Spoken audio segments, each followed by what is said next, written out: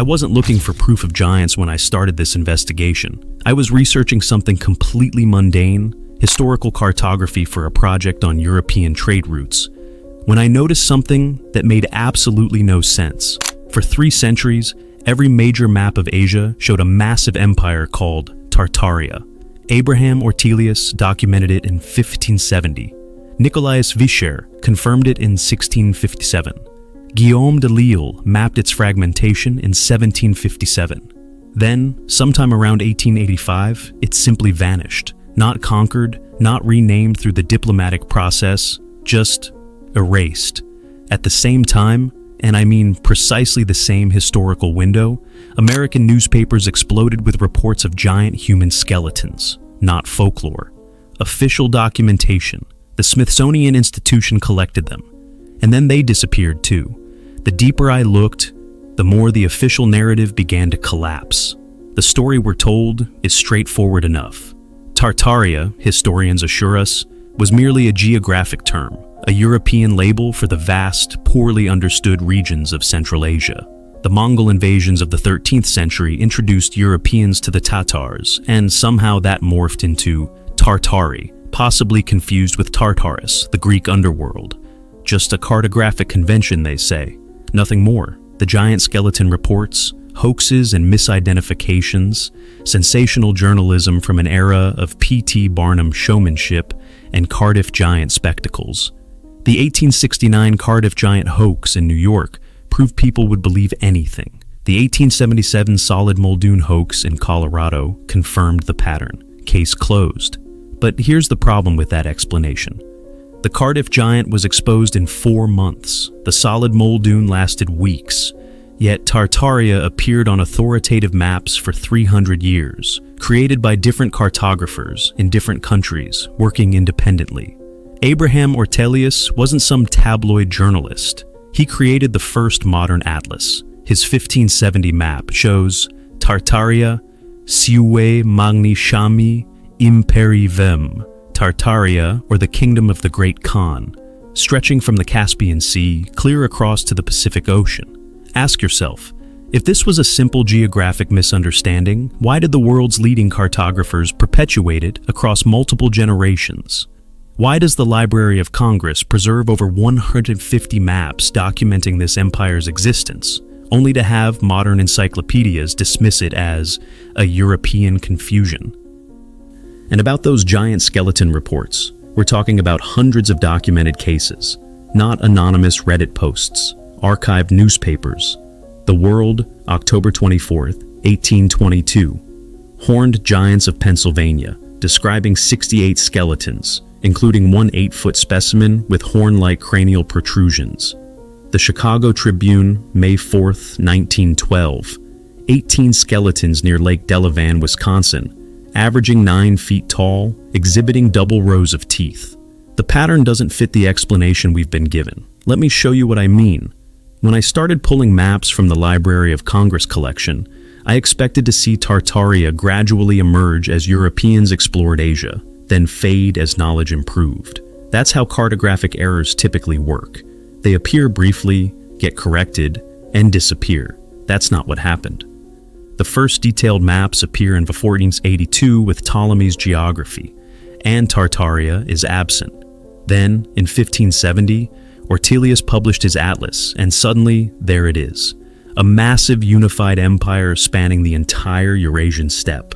For the next 187 years, every major cartographer confirms it, not as a vague region, but as a defined political entity. Vischer's 1657 New Map of Asia shows unified governance from the Volga River to the Pacific.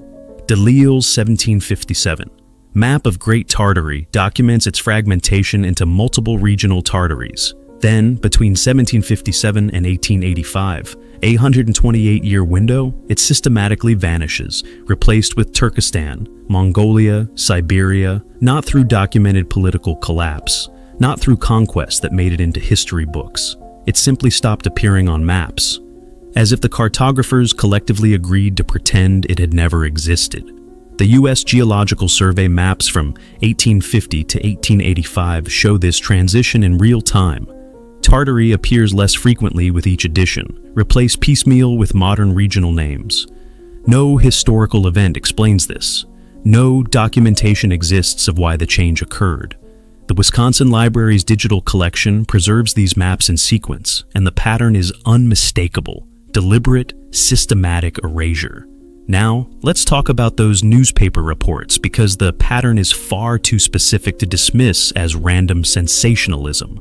Between 1822 and 1925, roughly the same period Tartaria disappears from maps, American newspapers published hundreds of accounts of giant skeleton discoveries. Not scattered randomly, but clustering in specific regions and time periods. The Peabody Museum archives preserve the earliest documented case, the 1822 Towanda, Pennsylvania discovery.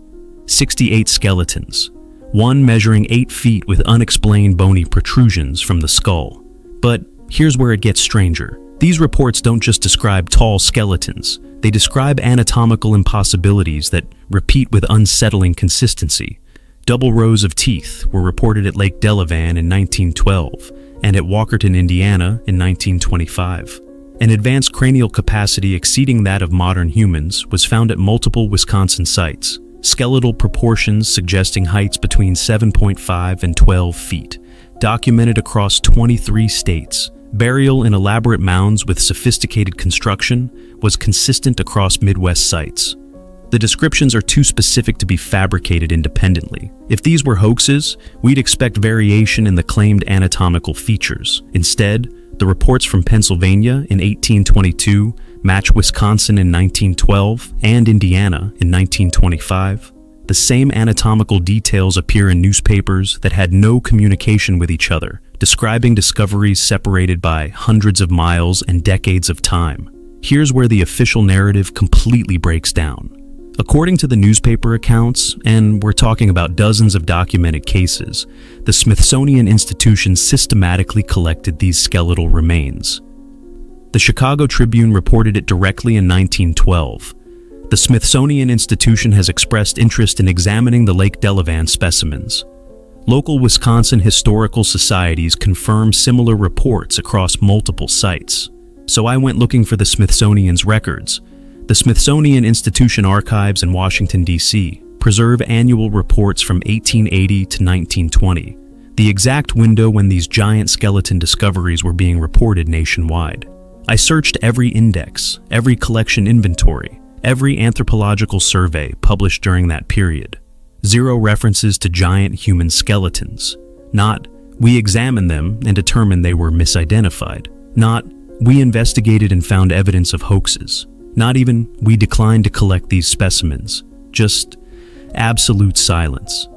The reports exist in newspaper archives across 23 states. The Smithsonian's own records show they were actively collecting Native American remains during this exact period. They acknowledge possessing thousands of indigenous skeletal specimens, but the giants, the cases that made front-page news and supposedly prompted institutional investigation, they appear nowhere in the official records. The silence was deafening. Let me lay out the timeline so you can see what I'm seeing. In 1770s to 1820s, giant skeleton reports begin appearing in American newspapers as westward expansion opens indigenous burial mounds.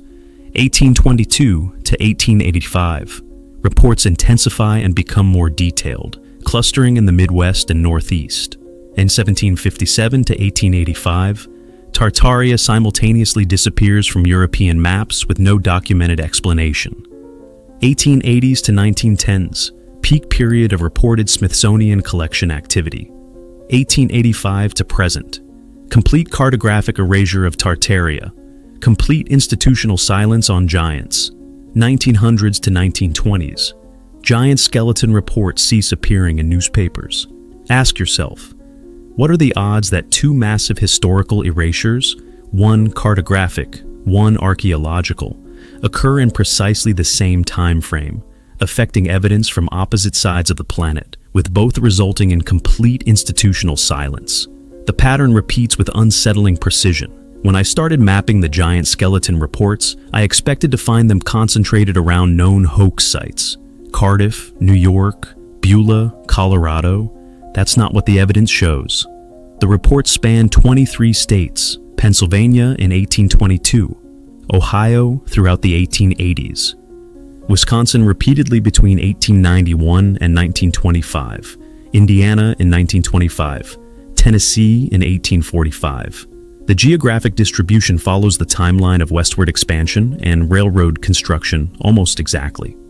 As American settlers moved west and disturbed indigenous burial mounds, the reports appeared like clockwork. But here's what makes this pattern so disturbing. The anatomical descriptions remain consistent across this entire geographic spread. A discovery in Pennsylvania describes double rows of teeth. So does Wisconsin, 800 miles away and 90 years later. Tennessee reports in 1845 mention advanced cranial development. So do the Indiana reports in 1925.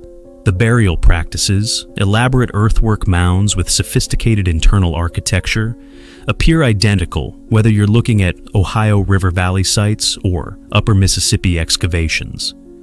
Either we're dealing with a conspiracy involving hundreds of independent newspapers, thousands of witnesses, and dozens of local historical societies across nearly a century, or something anatomically unusual was being discovered during this period, and someone wanted it contained, not destroyed overtly, not publicly debunked, simply archived in ways that made them inaccessible, then gradually memory hold as the witnesses died, and the newspapers turned to microfilm in basement archives. Let me introduce you to Charles Byrne. He's important because he's the only documented giant we can actually verify. Charles Byrne was born in Ireland in 1761. He suffered from a pituitary condition that caused severe gigantism. He toured as the Irish Giant in exhibitions across Britain. When he died in 1783, his skeleton was acquired by surgeon John Hunter and eventually displayed in the Hunterian Museum in London, where it remains today. Here's why Byrne matters to this investigation. We know his actual height. The skeleton was measured scientifically using 20th century forensic techniques. Charles Byrne stood 7 feet, 7 inches tall, but during his exhibitions, documented in contemporary newspapers and promotional materials, he was consistently advertised as standing between 8 feet, 2 inches, and 8 feet, 4 inches tall, a systematic exaggeration of 9 to 12 inches.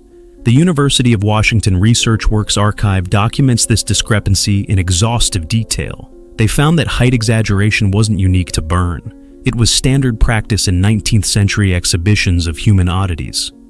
Museum displays routinely inflated heights by 10 to 24 inches to draw larger crowds.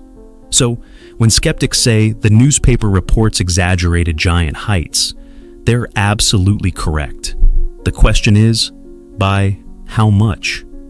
If we apply the Charles Byrne correction factor, subtract 9 to 12 inches from reported heights, the Lake Delavan skeletons averaging 9 feet become 7.5 to 8 feet. Still extraordinarily tall, but within the realm of documented human gigantism. The 12-foot specimens reported in some accounts become 10 to 11 feet. Exceptional, but not anatomically impossible. But here's where that explanation falls apart. Charles Byrne's skeleton still exists. We can measure it. We can study the pathology that caused his condition. We can extract DNA and analyze his genetic disorder. Where are the skeletons from Lake Delavan? Where are the Pennsylvania specimens? Where are any of the hundreds of reported discoveries that supposedly drew Smithsonian interest? They're not in museum collections. They're not in university archives. They're not in private collections that were later donated to institutions. They simply vanished, along with any documentation that they were ever collected at all. Now, let me show you why the timing matters so much. The peak period of giant skeleton reports, 1880 to 1912, corresponds exactly with two other historical developments. First, the final disappearance of Tartaria from official maps. The Library of Congress cartographic collection shows that 1885 is effectively the last year Tartary appears on authoritative geographic surveys. By 1890, every major map-making institution had replaced it with modern regional designations. Second, the rise of standardized history education in American public schools. Between 1880 and 1900, state legislatures across the country mandated uniform history curricula. Publishers like McGraw-Hill and Houghton Mifflin created textbooks that would define historical knowledge for generations. Guess what doesn't appear in any of those standardized textbooks? Tartaria, giant skeletons, the 3 centuries of cartographic evidence that preceded the standardization. This raises a simple but critical question. Who decided what would be included in those textbooks and what would be quietly omitted? The coordination required for this level of historical editing is staggering. You'd need cooperation between educational publishing houses, standardizing curricula, geographic survey institutions, removing obsolete terminology, museums and archaeological organizations managing skeletal collections, newspaper archives allowing controversial reports to fade into obscurity, and academic departments training new generations of historians on the correct narrative. Not through overt conspiracy, that would leave evidence, but through institutional gatekeeping, through passive erasure, through questions that simply aren't asked, and evidence that isn't examined. Let me give you the numbers, because this is where the official explanation completely collapses. The Library of Congress alone preserves over 150 historical maps documenting Tartaria's existence between 1570 and 1885. Not vague references, detailed cartographic representations showing political boundaries, regional subdivisions, and major cities. These weren't created by one confused cartographer. They represent the work of dozens of mapmakers across multiple countries: the Netherlands, France, Britain, Germany, and Italy. On the archaeological side, newspaper databases like Chronicling America, the Library of Congress's free digital archive, contain over 1,000 references to giant skeleton discoveries between 1836 and 1920. That's not counting reports that were never digitized, or local newspapers that didn't survive to be archived. So the official explanation asks us to believe that dozens of expert cartographers perpetuated the same geographic confusion for 300 years. Hundreds of newspaper reports across 23 states described identical anatomical impossibilities through coincidence. The Smithsonian collected these remains, but kept literally zero documentation. That all of this evidence disappeared through unrelated institutional failures occurring simultaneously.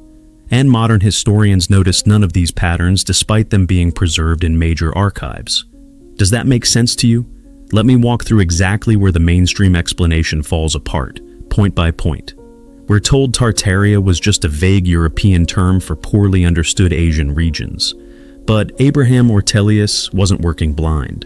His 1570 atlas incorporated intelligence from Marco Polo's travels, Jesuit missionary reports, and Ottoman trade documentation. By 1570, Europeans had been interacting with Central Asia for 3 centuries through the Silk Road. Yet Ortelius, and every cartographer who followed, chose to depict Tartaria as a unified political entity, not a vague geographic region. They showed governmental boundaries. They labeled it the Kingdom of the Great Khan. They documented its fragmentation into regional divisions. If this was mere confusion, we'd expect the maps to diverge as different cartographers received different information. Instead, they converge. Vischer in 1657 confirms Ortelius's boundaries. Delisle in 1757 shows the same geographic extent. The consistency suggests they were all documenting something real, not perpetuating a collective error. The official explanation says giant skeleton reports were hoaxes or misidentifications. Fine, let's test that. The Cardiff giant hoax was a carved gypsum statue.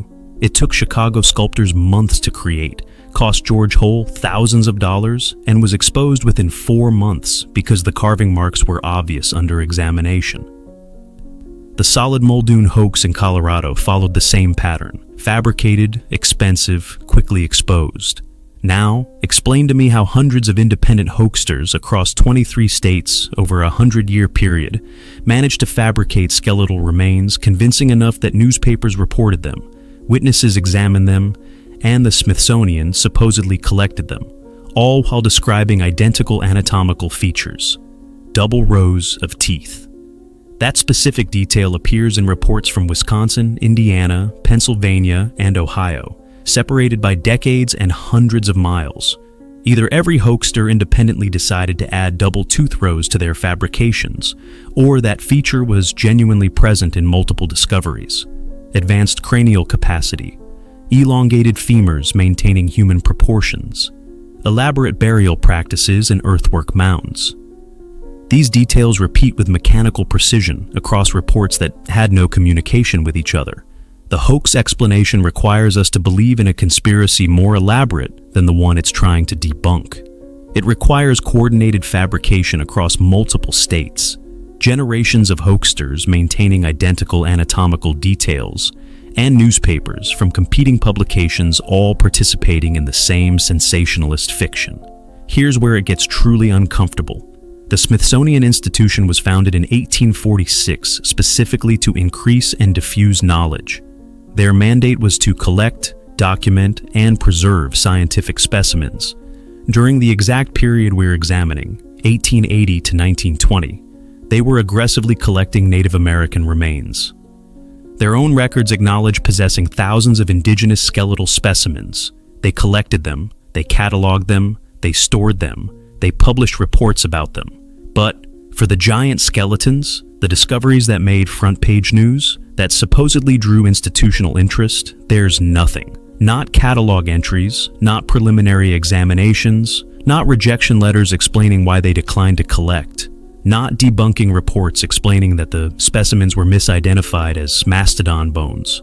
Absolute institutional silence.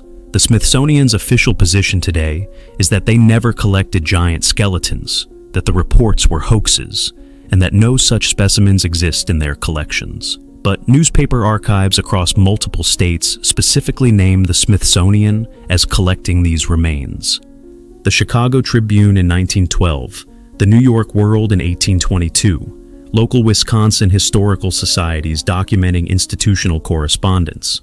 So, either dozens of newspapers fabricated Smithsonian involvement, the Smithsonian collected the specimens and kept no records, or the Smithsonian's records were selectively destroyed or archived in inaccessible ways. None of these explanations makes the institution look credible. Let's talk about the timeline convergence, because this is what convinced me that something genuinely strange happened. Tartaria disappears from maps. 1757 to 1885, a 128-year fade.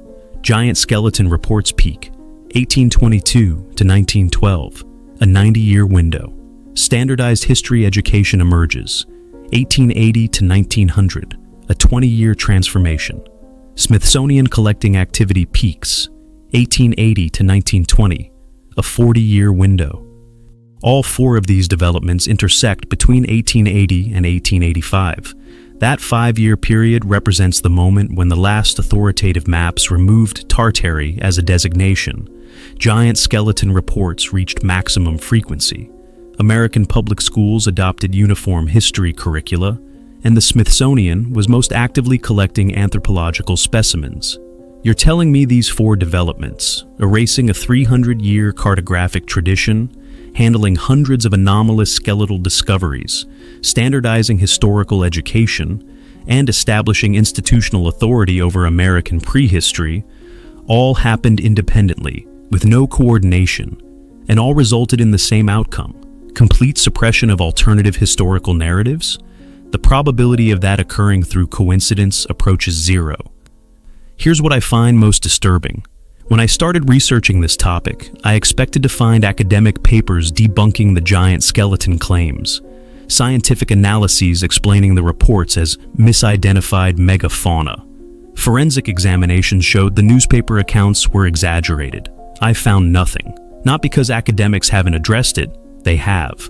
But their response is dismissal, not investigation. The standard academic position is, these were hoaxes, moving on. No systematic analysis of the newspaper archives, no attempts to locate surviving documentation, no forensic examination of burial sites where discoveries were reported. Just institutional certainty that it never happened, despite hundreds of primary source documents saying it did. The coordination required for this level of academic consensus is staggering. You'd need entire departments of anthropology, archaeology, and history to collectively agree. We will not investigate these claims. We will not allocate research funding to the examination. We will not permit graduate students to pursue this as thesis material. Questions that simply aren't asked. Evidence that isn't examined. Researchers who learn very quickly that certain topics are career limiting. And here's how I know this isn't just historical curiosity. The suppression continues today. When these topics appear on YouTube, they're immediately flagged as conspiracy theories, with links to Wikipedia articles debunking them. When researchers attempt to examine the newspaper archives systematically, they find digitization projects mysteriously incomplete. The exact years with the most giant skeleton reports are often the ones that haven't been digitized yet, or are unavailable due to preservation concerns. Try to research Tartaria in academic databases like JSTOR. You'll find exactly two types of papers: linguistic studies on the etymology of the word Tartar, and brief historical notes dismissing it as European geographic confusion. You will not find comprehensive analyses of why cartographers documented it for 3 centuries. You will not find investigations into what political entity those maps were actually depicting. The silence isn't passive neglect, it's active curation. If the official explanation is correct, if Tartaria was just a term that gradually fell out of use as geographic knowledge improved, we should see transitional evidence. Diplomatic records mentioning the name change. Cartographic societies discussing the terminology update. Historical documents explaining why Tartary was being replaced with regional designations. That evidence doesn't exist. The Library of Congress preserves thousands of cartographic documents from this period. I searched for committee minutes, cartographic society proceedings, geographic survey reports, anything explaining the decision to remove Tartary from maps. Nothing. It's as if every mapmaker simultaneously received instructions to stop using the term, and no one thought to document why. The same pattern appears with the giant skeletons. If the Smithsonian genuinely investigated these claims and determined they were hoaxes, there should be debunking documentation, letters to newspapers correcting the record, published statements clarifying that the specimens were misidentified, internal memoranda discussing the hoax problem. The archives contain none of this. The official narrative asks us to accept erasure without documentation of the erasure itself. We're supposed to believe that a 300-year cartographic tradition and a century of archaeological reports simply evaporated, and nobody thought it was worth documenting why or how. So, what actually happened? Let me walk you through what the evidence suggests. I don't think we're dealing with a shadowy cabal meeting in smoke-filled rooms to orchestrate historical revisionism. That's not how institutional power works. What I think happened is far more subtle and far more effective. Between 1880 and 1900, Western institutions, universities, museums, government agencies, publishing houses, underwent massive standardization. This was the era of professionalization, of academic departments establishing credential requirements, of scientific societies defining methodologies, of publishers creating uniform textbooks for mass education. And during that standardization process, certain narratives were selected for preservation, while others were quietly deprecated. Not through malice, through consensus, through the establishment of respectable academic positions and the marginalization of alternative interpretations. Researchers learned quickly that some topics led to tenure and funding, while others led to career stagnation. Ask yourself, what kind of historical narrative serves institutional power? One that presents human history as a linear progression from primitive to civilized. One that positions current academic and governmental authorities as the culmination of that progression. One that dismisses pre-modern civilizations as less sophisticated, less capable, and less advanced than contemporary societies. Now, imagine what the Tartarian evidence suggested, if we take it at face value.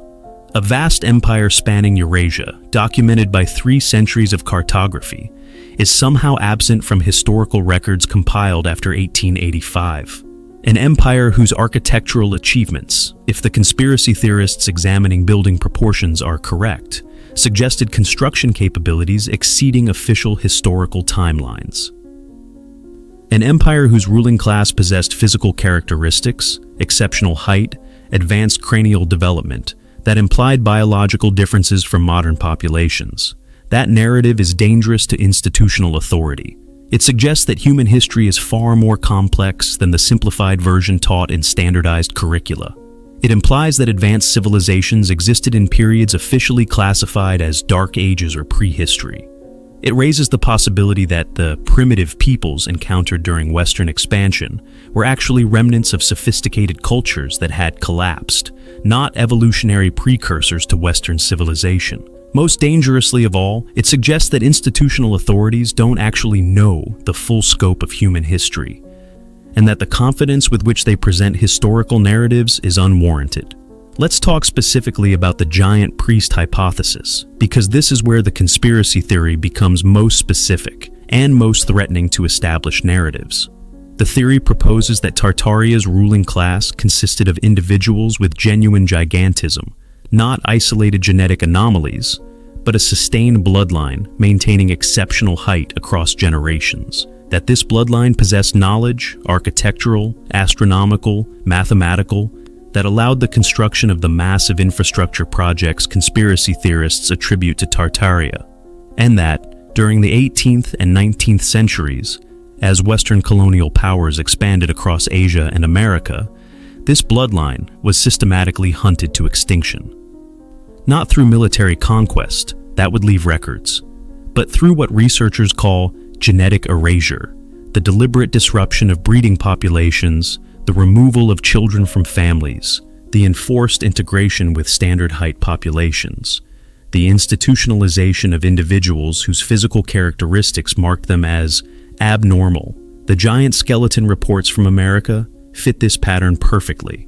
They cluster during the period of westward expansion, when indigenous populations were being forcibly relocated to reservations, when traditional burial sites were being disturbed by railroad construction, and when government agents were removing children to boarding schools designed to civilize them. What if some of those indigenous populations carried genetic markers of the Tartarian bloodline? What if the elaborate burial mounds being excavated contained remains of individuals who represented that lineage? What if the Smithsonian's collection activity wasn't scientific curiosity, but active suppression of evidence that could challenge the entire historical narrative justifying Western expansion? Here's what makes this theory so compelling. We have documented examples of institutional forgetting that follow the same pattern. The suppression of indigenous languages through boarding school systems, documented, admitted, now acknowledged as cultural genocide. The destruction of Native American burial sites for development projects, documented, legally protected only after decades of activism. The removal of indigenous remains to museum collections without consent is still being rectified through repatriation efforts today. These aren't conspiracy theories. These are historical facts that institutions initially denied, then grudgingly acknowledged only when forced by overwhelming evidence. So, when I look at the giant skeleton reports and see the same pattern, collection by institutions, absence of documentation, aggressive dismissal of inquiries, mockery of researchers who investigate, I don't see coincidence. I see a playbook that's been used before. Let me show you how the suppression evolved in phases. Phase 1, 1770s to 1850s. Active discovery. Giant skeleton reports appear regularly in newspapers. They're treated as legitimate archaeological finds. Local historical societies document them. The discoveries are seen as evidence of mound builder civilizations, a still acceptable historical narrative at the time. Phase 2, 1850s to 1885. Institutional collection, the Smithsonian and other institutions become involved. Newspaper reports increasingly mention specimens being sent for examination. But published institutional reports begin to go silent on the topic. The specimens enter collections and disappear from public documentation. Phase 3, 1885 to 1920, narrative shift. The mound builder explanation is replaced with explanations attributing mounds to known indigenous populations. Any suggestion of lost civilizations or unusual populations becomes academically unacceptable. Giant skeleton reports decrease in frequency, then stop entirely by the 1920s. Phase 4, 1920 to present, historical erasure. The newspaper reports remain in archives, but they are not digitized, not indexed, not taught in history courses. Researchers who investigate are labeled conspiracy theorists. The evidence exists, but it's made socially unacceptable to examine it seriously. This isn't destruction of evidence. That would be obvious and would generate resistance. This is something far more insidious: strategic irrelevance. The evidence is preserved in archives where it can be safely ignored. Researchers are permitted to examine it, but denied academic credibility if they take it seriously. The information remains technically accessible while being functionally suppressed. Who benefits from this suppression? Let me be specific. Academic institutions maintain authority as the sole arbiters of historical truth. They don't have to explain the gaps in their narratives or acknowledge the limitations of their knowledge. Government agencies avoid challenges to the historical justifications for territorial sovereignty and indigenous policy. If North America was inhabited by remnants of an advanced civilization, it would complicate the primitive people's narrative that justified expansion. Religious institutions preserve doctrinal consistency. Biblical timelines and creation narratives don't easily accommodate evidence of sophisticated pre-flood civilizations or biological variations in human populations. Cultural institutions, museums, education systems, media, avoid the complexity of presenting multiple contradictory historical narratives. It's simpler to teach one streamlined version of history than to acknowledge massive uncertainties. But here's what I find most significant. No single institution had to orchestrate this suppression. Each one had independent reasons to marginalize evidence that complicated their narratives. The conspiracy didn't require coordination. It only required alignment of institutional incentives, almost as if the system was designed to suppress uncomfortable truths automatically, without anyone having to issue explicit orders. When you step back and look at the full picture, the cartographic evidence, the skeletal reports, the institutional silence, the timeline convergence, a pattern emerges that can't be easily dismissed. Let me recap what we've established. First, 300 years of cartographic documentation showing Tartaria as a unified entity cannot be dismissed as simple geographic confusion. The consistency across independent cartographers suggests they were documenting something real that subsequently disappeared from institutional knowledge. Second, the anatomical specificity in giant skeleton reports, double teeth, advanced cranial development, consistent burial practices, appears across 23 states over 100 years. This level of consistency cannot be explained by independent hoaxes or random misidentification. Third, the Smithsonian's complete absence of documentation for specimens that newspapers specifically report them collecting represents an institutional failure so profound it demands explanation beyond simple record-keeping errors. Fourth, the simultaneous erasure of Tartaria from maps and giant skeleton evidence from institutional collections, occurring during the same 20-year window when standardized history education emerged, cannot be coincidental. Fifth, the continuing suppression of serious academic investigation into these topics, despite abundant primary source documentation in major archives, reveals ongoing institutional resistance to alternative historical narratives. None of these points individually proves a conspiracy, but together, they form a pattern that the official explanation cannot adequately address. If even a fraction of this evidence is legitimate, if Tartaria represented a genuine political entity that was deliberately erased from cartographic and historical records, if the giant skeleton reports document anatomically unusual populations that were systematically suppressed, then our understanding of human history requires fundamental revision. It would mean that the 18th and 19th centuries weren't just periods of exploration and expansion, but of historical consolidation, of powerful institutions actively curating which narratives would be preserved and which would be marginalized, of evidence being collected not for preservation and study, but for containment. It would mean that the simplified historical narratives we're taught, ancient civilizations giving way to medieval darkness, then Renaissance Enlightenment, then modern progress, are deliberately simplified. The actual complexity of human history, with its anomalous evidence and uncomfortable implications, was deemed too challenging for mass education. And most disturbingly, it would mean this consolidation worked, that entire civilizations, entire populations, entire centuries of cartographic knowledge can be erased from collective memory within just a few generations, simply by controlling what gets taught, what gets published, what gets taken seriously by credentialed experts. But here's what they couldn't completely erase: the primary sources. Over 150 maps in the Library of Congress cartographic collection still show Tartaria's extent and political boundaries. Over 1,000 newspaper reports in chronicling America still document giant skeleton discoveries with specific details. Local historical societies across 23 states still preserve accounts that contradict the official narrative. The evidence wasn't destroyed, it was deprecated, marginalized, made socially unacceptable to examine seriously, which raises an uncomfortable question. What else has been deprecated? What other evidence sits in archives, perfectly preserved, publicly accessible, but functionally invisible because institutional gatekeepers have deemed it irrelevant or conspiratorial to investigate? Let me address the most controversial implication directly: the genetic legacy.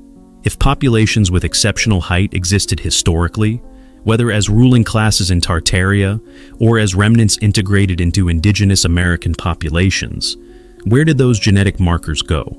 Human genetics doesn't simply disappear. Gigantism is caused by specific pituitary conditions and genetic variations that can be identified through DNA analysis. If these populations existed, their genetic markers should still be present in modern populations descended from those regions. So, either the populations never existed, which leaves the newspaper reports and anatomical consistency unexplained, or the genetic markers were bred out through generations of integration with standard populations, possible but would require deliberate disruption of isolated breeding groups, or the genetic markers exist but have been identified and classified as disorders rather than evidence of historical populations, which would be a profound reframing. Modern genetic databases contain millions of samples. The analytical tools exist to identify lineages with historical gigantism markers and trace their geographic origins. This research could definitively answer whether populations with sustained exceptional height existed in the regions and time periods claimed. That research isn't being done, or if it is, it's not being published. And that absence is itself significant. Finally, there's the physical evidence that can't be archived away, the buildings themselves. Across America and Europe, 18th and 19th century structures exhibit proportions that conspiracy theorists claim were designed for larger occupants. Doorways exceeding 12 feet in civic buildings. Windows are positioned higher than ergonomic standards would suggest. Interior spaces with ceiling heights that seem excessive for the era. I'm not qualified to assess these claims definitively, but I can observe that the pattern of dismissal follows familiar lines. They were built for aesthetic grandeur. The proportions reflected classical ideals. The scale was meant to inspire civic pride. Maybe, or maybe, just maybe, some of those structures were designed when exceptional height wasn't anomalous. When the people commissioning and potentially occupying those buildings required proportions, we now find excessive. The buildings remain. They can be measured. They can be compared to documented ergonomic standards. They can be analyzed for whether their proportions align with aesthetic preferences or functional requirements for larger occupants.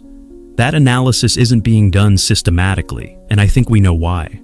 I don't have definitive answers, only questions that accumulate the deeper I investigate.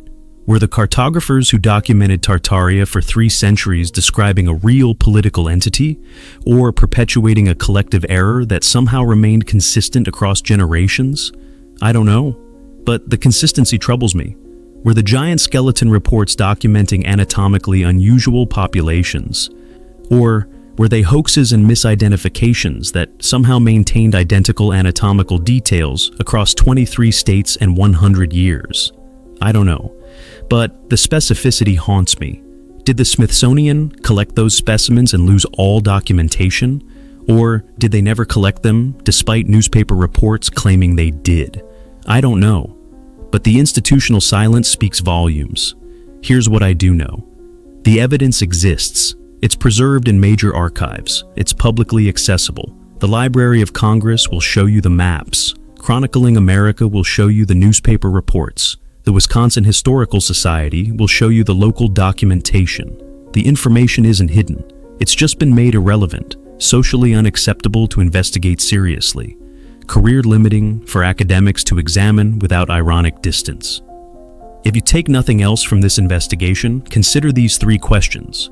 First, why did Tartaria appear consistently on authoritative maps for 300 years, then vanish completely without a documented historical explanation? If it was just a geographic term, the transition should have left transitional evidence. It didn't. Second, why do giant skeleton reports exhibit such specific anatomical consistency across such vast geographic and temporal range? If they were hoaxes, we'd expect variation. If they were misidentifications, we'd expect correction in institutional records. We see neither. Third, why does institutional resistance to investigating these topics remain so strong despite abundant primary source documentation in major archives? What threat does serious examination of this evidence pose to academic credibility? I'm not asking you to believe in a conspiracy. I'm asking you to notice the pattern, to recognize that historical knowledge is curated, not discovered, that institutional gatekeeping determines what evidence gets examined and what gets marginalized. Once you see it, you can't unsee it. The 300-year cartographic tradition that vanished, the century of skeletal reports that disappeared into institutional silence. The standardization of education occurred at precisely the moment alternative historical narratives were being suppressed. You can't unsee the pattern, and once you recognize that pattern in one area of history, you start noticing it everywhere. The evidence that exists but isn't taught, the questions that remain unasked, the institutional certainty about topics where the documentation shows massive uncertainty. If you're finding this investigation compelling, if these questions resonate with the gaps you've noticed in official historical narratives, consider subscribing. This isn't the only historical mystery exhibiting this pattern of evidence preservation, combined with institutional dismissal. There are others, many others. But I'll leave you with this. If powerful institutions can erase a 300-year cartographic tradition and a century of archaeological reports from collective memory within just a few generations, simply by controlling what gets taught, what gets published, what gets taken seriously, what does that say about our confidence in the historical narratives we do accept? How much of what we think we know about human history is genuine knowledge? And how much is curated consensus, carefully selected to support institutional authority and avoid uncomfortable implications? I don't have the answer, but I know the question is worth asking. The evidence is there, waiting in the archives, if you're willing to look past what you've been taught is acceptable to investigate. Once you see it, you can't unsee it.